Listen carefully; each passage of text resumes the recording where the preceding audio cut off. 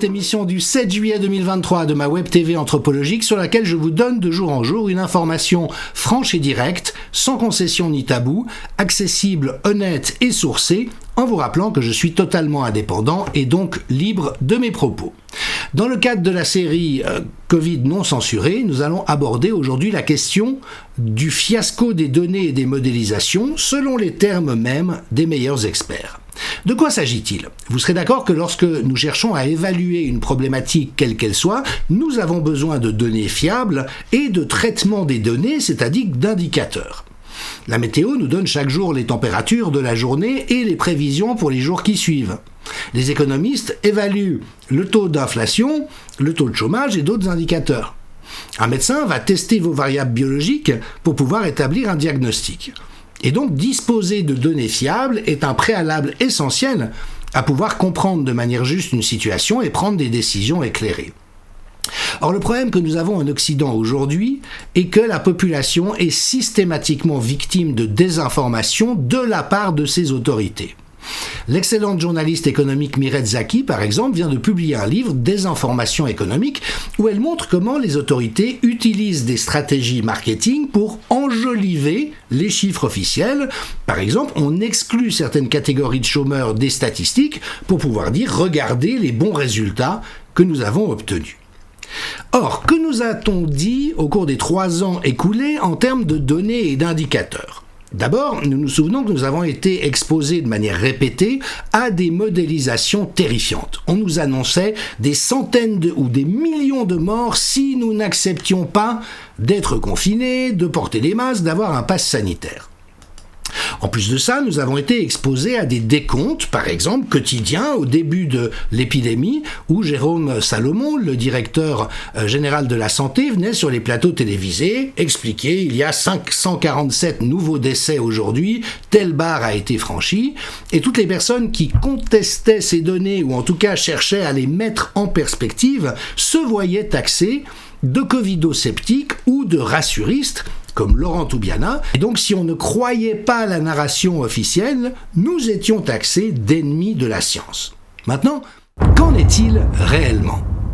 En ce qui concerne les fameuses modélisations, vous voyez, le grand quotidien britannique The Telegraph pose la question de manière assez franche, mais est-ce que ce modèle de Neil Ferguson ne serait pas l'erreur la plus dévastatrice de tous les temps ? Pourquoi ? Parce que cela fait 20 ans que ce monsieur se trompe systématiquement sur tout. Regardez ses prédictions passées. En 2001, la fièvre afteuse, Neil Ferguson a prédit jusqu'à 150 000 morts, il y en a eu moins de 200. En 2002, vache folle, il a prédit jusqu'à 50 000 morts, il y en a eu 177.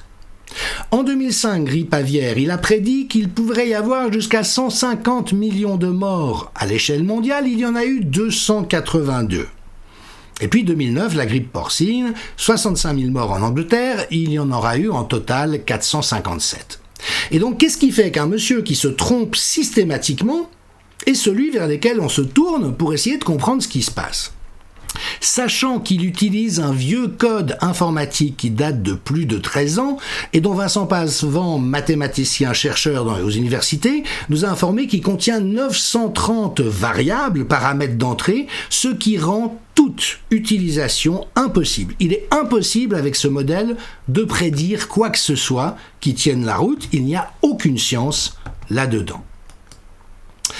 En ce qui concerne les chiffres qui ont été donnés, le nombre de morts, le nombre d'hospitalisés à cause du Covid, il y a eu une confusion d'emblée monumentale parce qu'on n'a pas distingué les morts ou les hospitalisés du Covid, les gens qui étaient à l'hôpital ou décédés à cause de la maladie, des personnes qui étaient à l'hôpital pour d'autres raisons mais avec un test positif et même asymptomatique, ou qui étaient décédés d'autres causes mais en ayant le virus sans qu'il soit la cause principale.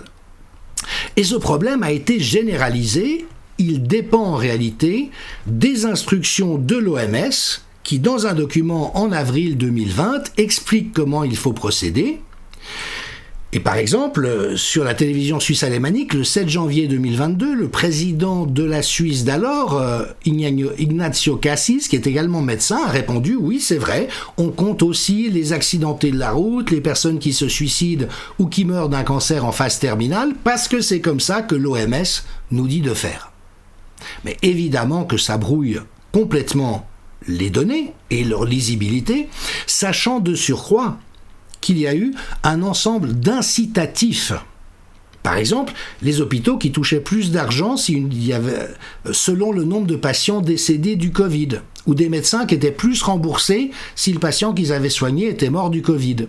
Et ici, on voit par exemple aux États-Unis, l'Agence fédérale de gestion des urgences, la FEMA, qui proposait jusqu'à 6 500 $ aux familles endeuillées si leurs proches étaient morts du Covid. Et il n'y avait pas besoin de confirmation, il suffisait de mettre sur le certificat d'essai mort du Covid, et on peut comprendre, sans mauvaise intention malhonnête, mais que des soignants disent, face à des familles endeuillées, devant enterrer leurs proches, mais écoutez, vous pouvez avoir une aide si vous êtes d'accord qu'on le déclare comme mort du Covid, mais évidemment que ça brouille à nouveau complètement les données. Dans l'émission précédente sur les hospitalisations, nous avons vu que les données affirmant une surcharge des hôpitaux avaient été systématiquement présentées de manière fausse. Et sur cette question, combien de patients estampillés Covid étaient réellement à l'hôpital à cause du Covid et pas juste avec un test PCR positif, je vous laisse écouter un court extrait d'une intervention du directeur général des hôpitaux universitaires de Genève sur la chaîne de télévision locale en réponse à cette question. Est-ce que vous avez un nombre précis de personnes qui viennent pour tout à fait autre chose? Là, vous parlez des personnes âgées qui sont fragilisées, d'accord, mais les personnes qui ne viennent que pour autre chose. On a quelques-uns, mais c'est très marginal. Et il a répété 5 ou 6 fois cette phrase pendant l'émission, c'est complètement marginal, c'est quelques cas par-ci par-là, mais nous sommes au front, c'est très compliqué, on est en janvier 2022. Donc il n'y a plus de vague épidémique d'aucune sorte dans la réalité à ce moment-là. Et vous voyez qu'à l'inverse de ce que dit ce monsieur, mais tous les responsables d'hôpitaux, les études sérieuses, celles-ci faites à New York, révèlent qu'au moins 50% des soi-disant patients Covid étaient là pour d'autres raisons et n'étaient pas mis en danger à cause du Covid. Et ça, évidemment que ça fausse complètement les statistiques. Sur la mortalité, on nous annonce 450 morts un jour, c'est évidemment très triste. Mais déjà, combien d'entre eux sont réellement morts du Covid ou avec le Covid? Probablement la moitié. Et il faut savoir qu'en France, il y a de 1400 à 1900 décès quotidiens. Et en période de grippe, c'est particulièrement élevé et souvent il y a plus que 450 morts par jour de la grippe quand il y a la grippe. Donc quand on vient nous dire il y a 400 morts, ça ne veut rien dire si on n'a pas ce référentiel de comparaison. Alors de nouveau, tout ça on le savait très tôt. Regardez, un article, l'interview d'Arnaud Fontanet, un des membres du conseil scientifique en France, responsable à l'Institut Pasteur où il utilise les modélisations de Neil Ferguson, et qui, au mois de février 2020, admet l'épidémie de Covid-19 fait moins de morts que la grippe, mais ça suscite beaucoup d'inquiétudes. Et quand le journaliste lui demande « mais comment faire la différence avec une forte grippe ?», il dit « il n'y a pas de différence entre les formes sévères du Covid et la forte grippe, et comme pour la grippe, il existe fréquemment des formes bénignes. » Donc nous savions d'emblée que nous n'étions pas confrontés à quelque chose de terriblement dangereux, et il a fallu gonfler les statistiques pour créer cette illusion d'optique. Et donc la question qui se pose, c'est la manière dont on nous a présenté l'information a-t-elle été honnête ? Alors je cite souvent John Ioannidis, qui est l'épidémiologiste le plus cité au monde dans la littérature, qui fait référence pour l'OMS sur ces questions. Et vous voyez qu'au mois de juillet 2023, il a averti « Nous pourrions faire face à un fiasco des données sans précédent, étant donné la manière dont les choses sont calculées. » Et c'est exactement ce qu'il s'est passé. Et ça continue aujourd'hui. Par exemple, Laurent Toubiana, en France, a déposé une pétition parce qu'il n'arrivait pas à obtenir le statut vaccinal des personnes décédées en France. Et comme il semble qu'on observait une surmortalité anormale concomitante aux campagnes de vaccination, il voulait pouvoir avoir les données pour faire des appariements, ce qu'on appelle techniquement, c'est-à-dire voir si, à caractéristiques égales, on meurt plus de certaines maladies selon qu'on est injecté ou non. et les autorités françaises n'ont jamais donné ces informations. Maintenant, la transparence, c'est la base de la démarche scientifique et la base de la démocratie également. Petit rappel, il y a des considérations éthiques dans les politiques de santé publique face à une épidémie respiratoire. Et notamment, des informations seront inévitablement incertaines, mais vous voyez, il est explicitement commandé que cette incertitude doit être communiquée de façon claire et non alarmiste. Or, tout ce que nous venons de voir, c'est que la confusion a été générée partout, et je rappelle qu'on saurait très bien faire cette analyse de qui est mort du Covid et qui est mort avec le Covid, de qui est hospitalisé pour le Covid. Donc c'est pas qu'on ne sait pas le faire, c'est que ça n'a pas été fait.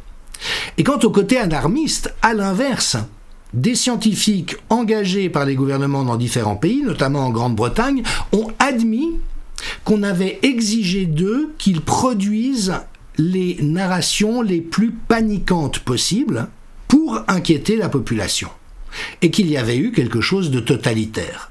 Même chose en Allemagne, révélation, février 2021, le ministère de l'Intérieur allemand a commandé une étude pour créer la panique et faire accepter le confinement. Est-ce que c'est conforme avec les directives éthiques de l'OMS ? Et à tel point qu'en Angleterre, les fameuses lockdown files, donc des échanges de SMS entre le ministre de la Santé et différents acteurs qui ont été rendus publics, ont même montré qu'à un moment donné, le ministre britannique de la Santé s'est inquiété que le Brexit commençait à attirer plus l'attention que l'épidémie et a posé la question « Quand est-ce que nous relâchons le nouveau variant pour être sûr que la population ait peur ?» Et donc, le Télégraphe a pris position en disant « Ce ministre devrait être arrêté pour inconduite grave dans ses responsabilités publiques. » Ça a été le cas dans tous nos pays. Et donc la question, est-ce que ça pose question sur le plan démocratique ou non ? Je recommande pour terminer aux personnes qui souhaiteraient en savoir plus sur la réalité des données à partir des chiffres officiels, ces deux références à mon sens, les meilleurs. Le livre, bien sûr, du statisticien Pierre Chaillot, Covid-19, ce que révèlent les chiffres officiels, qui est un succès de librairie depuis des mois et des mois, et le remarquable livre, je l'ai préfacé, je n'ai aucun intérêt économique à la chose, de Zeb Riocher, qui est docteur en sciences. Vous voyez, Covid-19, guerre ouverte contre les peuples, il vient de sortir, il couvre toute la réalité des données qui nous ont été dites, par contraste avec ce qu'on peut en analyser de manière honnête, et croyez-moi, c'est un ouvrage qui vaut le détour. Si vous avez apprécié cette émission, n'hésitez pas à soutenir mon effort pour que je puisse vous soutenir avec de l'information indépendante et honnête. Vous trouverez toutes les références nécessaires sur le site jdmichel.tv. Merci, à demain.